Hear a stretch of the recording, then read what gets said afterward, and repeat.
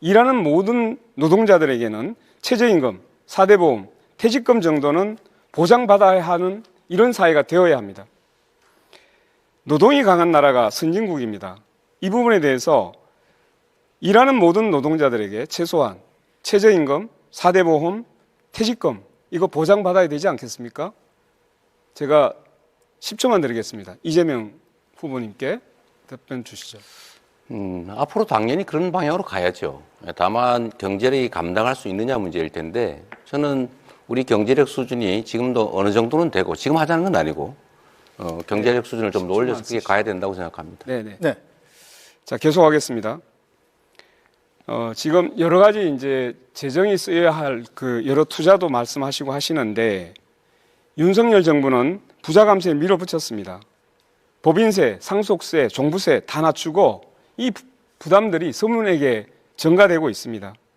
그런데 이런 감세 때 안타깝게도 민주당도 국회에서 합의를 했습니다. 정말 유감입니다. 지금 현재 기후위기, 관세, 전쟁 이런 상황에서 확대 재정이 필요할 텐데 부자 감세를 계속 서로 경쟁적으로 하고 있어서 대단히 유감스럽습니다. 저는 복구하겠습니다. 권영국 후보님, 네. 이 문제에 관심이 많으실 것 같은데 네. 저는 이 관세 협상에 있어서는 사실은 미국도 그렇게 압도적 우위에 있는 상황은 아니라고 보여져요. 그들도 급하지 않을까. 지금 부과한 관세 그 자체를 100% 그대로 유지하기는 좀 어려울 거예요. 그러면 결국 협상의 여지가 있다는 생각이 들고 서두르지 말아야 된다. 신중하게 해야 된다. 그다음에 특히 민간 기업의 투자라든지 또는 정부의 정책이라든지 이런 것들 좀 모아서 우리가 협상 카드도 좀 만들어야 된다고 생각하는데 좀 그런 문제에 대해서 혹시 고민해 보신 바가 있으시면 좀 말씀해 주시면 좋겠습니다. 예, 지금 그 트럼프의 관세 정책은 굉장히 변화가 많습니다. 그 실질적으로 여러 이제 처음에 뭐 중국에 대해서도 엄청난 관세 폭탄을 터뜨렸다가 중국에서 국채를 팔기 시작하니까 굉장히 위협을 느꼈죠. 그래서 결국은 중국에 대해서도 유예하고 협상하자 이렇게 나왔습니다. 그리고 아까 제가 초두에 말씀드렸지만 캐나다, 호주, 멕시코 이런 데서는 국민들하고 소통하면서 이 관세의 부당성에 대해서 같이 맞서 싸움을 했죠. 그러니까 이게 지금 트럼프에 대해서는 현재로서는 굴복하는 것이 아니라 버텨내면서 맞서 싸우는 것이 매우 중요하다는 말씀을 일단 드립니다. 네. 자, 네, 저 우선 그 이재명 후보께 질문 드리겠습니다. 네. 그 트럼프 대통령의 관세 폭탄은 말 그대로 약탈이라고 인정하십니까? 이 외교적 언사라고 하는 표현도 있는데 네. 본질이 그러더라도 그 본질 네, 제가 잠깐 그렇게 말할 기다리십시오. 수는 없고요. 네네, 잠깐만 제가 말씀드리고 하겠습니다. 네. 그 바이든 정부 시절부터 우리 기업들은 미국의 가장 손쉬운 사실 표적이었습니다. 삼성 60조, 현대차 31조, SK 하이닉스 6조, 이 세 기업만 하더라도 100조 원입니다. 미국의 공장을 짓고 미국 노동자를 채용하게 됩니다. 근데 트럼프가 이것도 모자라가지고 더 내놓으라고 말을 하고 있습니다. 이거 알고 계시잖아요. 그죠? 네, 제가 그대로 질문하겠습니다. 자, 관세 전쟁에서 사실 가장 먼저 위험한 것은 대기업은 그래도 자기 방어력이 있습니다. 네. 중소기업입니다, 이거. 우리 9만 5천 개의 중소기업이 수출을 하고 있습니다. 자, 대기업은 로비도 합니다. 근데 아까 말씀드렸듯이 중소기업은 이 관세 문제에서 자칫하면은 부품 조달이나 수출 길이 막혀가지고 폐업위기에 놓일 수 있습니다. 중소기업을 보호하기 위한 직접적이고 현실적인 지원 대책이 있으면 30초 내에 말씀 부탁드립니다. 말씀하신 것처럼 미국이 저는 미국의 기본적 전략이 미국 국민들에게도 수용이 잘 안 될 거라고 생각해요. 지금처럼 소프트 파워를 다 갉아먹으면서 미국에 대한 신뢰, 믿음 이런 것도 다 갉아먹으면서 이런 식으로 하는 거 오래 못 갈 거라고 봅니다. 결국 어느 시점에서는 제동이 걸릴 텐데 그때까지 잘 견디는 게 중요하고요. 두 번째로는 재벌 대기업들도 사실은 잘 못 견뎌내고 있어요. 결국 정부가 나서야죠. 정부가 나서되 관세 협상 자체만 가지고 부족하기 때문에 다른 요인들 한꺼번에 협상을 좀 해야 되겠습니다. 질문 더 드리겠습니다. 아까 말씀드렸듯이 그 중소기업이 이제 이 관세 문제가 어떻게 될지 모르기 때문에 네. 관세가 잘못됐을 때 중소기업이 쓰러지면 여러 가지 문제가 생깁니다. 이때 가장 피해를 받는 것이 노동자입니다. 그렇습니다. 그러면 여기에 대비해서 노동자의 보호 대책 있으면 좀 말씀해 주시죠. 그러니까 미국의 수출이 줄어드는 것 자체가 매출이 줄어들고 노동자들의 환경을 위협할 텐데, 그래서 제가 말씀드리는 것이 일단 대미 통상 협상은 잘 해 나가야 되겠지만 좀 길게 보면 결국 수출 국가 또는 수출 품목을 좀 다변화할 필요가 있다. 그리고 아까 말씀드린 외교 영역에서 경제 영토를 넓히기 위한 중국과 러시아의 관계도 이렇게 적대적으로 갈 필요는 없다라고 말씀드리는 게 사실 그런 대안 때문이죠. 네, 좋습니다.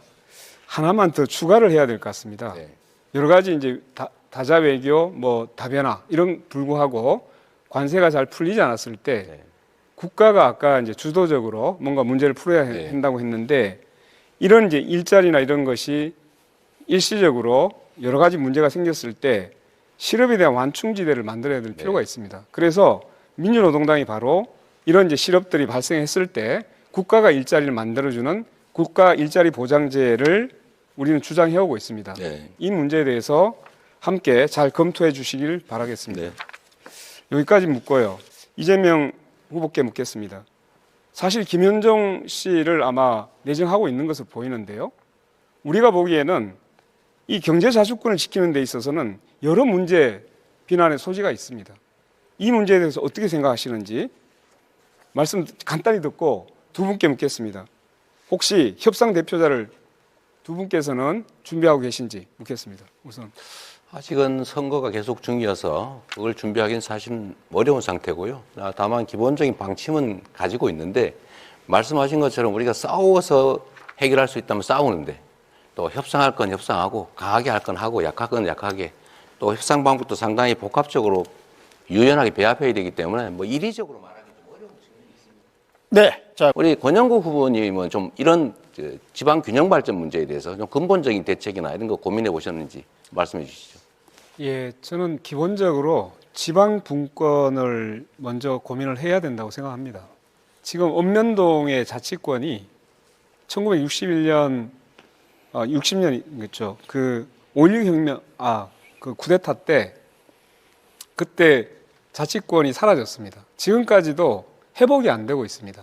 이 문제부터 짚겠습니다. 두 번째는 차라리 이렇게 제안 드리겠습니다.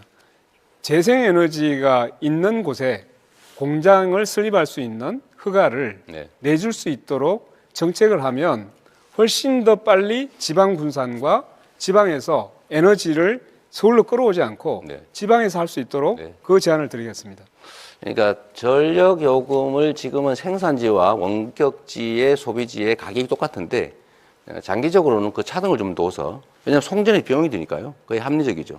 생산지 가격을 낮추면 서남 해안, 호남 또 경남 이 지역에 지금 이준석 후보는 잘 동의를 안 하지만 데이터 센터라든지 이 재생에너지를 필요로 하는 그런 기업들을 좀 유치할 수 있을 거라는 생각이 듭니다. 정말로 중요한 거는 이 나라가 이제는 주황 집중으로는 도저히 더 이상 지속적으로 성장하기 어렵다는 것입니다. 지방에 대한 분권과 지원을 이제는 시혜가 아니라 국가가 존속 지속 발전하기 위한 필수 정책이다, 전략이다 이렇게 생각해 주시면 좋겠습니다. 네. 우선 이재명 후보께 묻겠습니다. 그 차별 없는 나라가 경쟁력 있는 나라입니다. 이번 광장에서 2030 청년들이 가장 많이 요구한 것이 차별금지법 제정입니다. 네.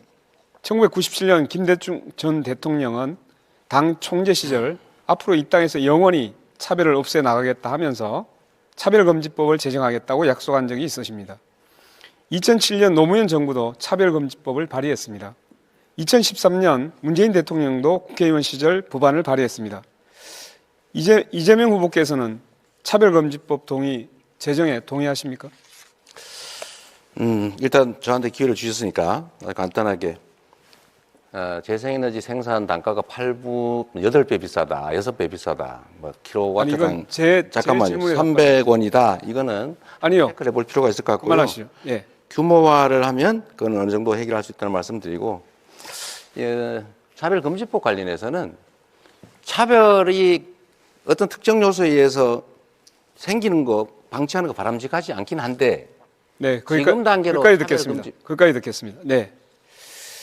여러 가지 뭐 사회적 합의 이런 얘기를 많이 하시는 것 같아요. 그런데 28년입니다. 김대중 대통령, 총재 시절에 얘기했습니다. 강산이 3번 변했습니다. 이게 과연 사회적 합의의 문제입니까? 결단의 문제입니다. 자, 이렇게 말씀드릴 수 있습니다. 이재명 후보님, 네. 광장에서 멀어지시면 안 됩니다. 지금은 이재명이라고 현수막에 써 있지 않습니까? 나중이 아니라 지금 하겠다 이렇게 말씀하셔야죠. 네, 됐습니다. 제가 다른 질문을 다 해야 돼서 네. 그까지 그래도 답을 듣는 게 의미가 있지 않을까요? 예, 10초만 드리겠습니다. 네. 방향은 저는 맞다고 보지만 지금 현재 너무 현안들이 복잡한 게 많이 얽혀 있어서 이걸로 새롭게 논쟁 갈등이 심화되면 지금 당장 해야 될 일을 하기 어렵다라는 네, 말씀. 알겠습니다. 영원히 못할 것 같습니다.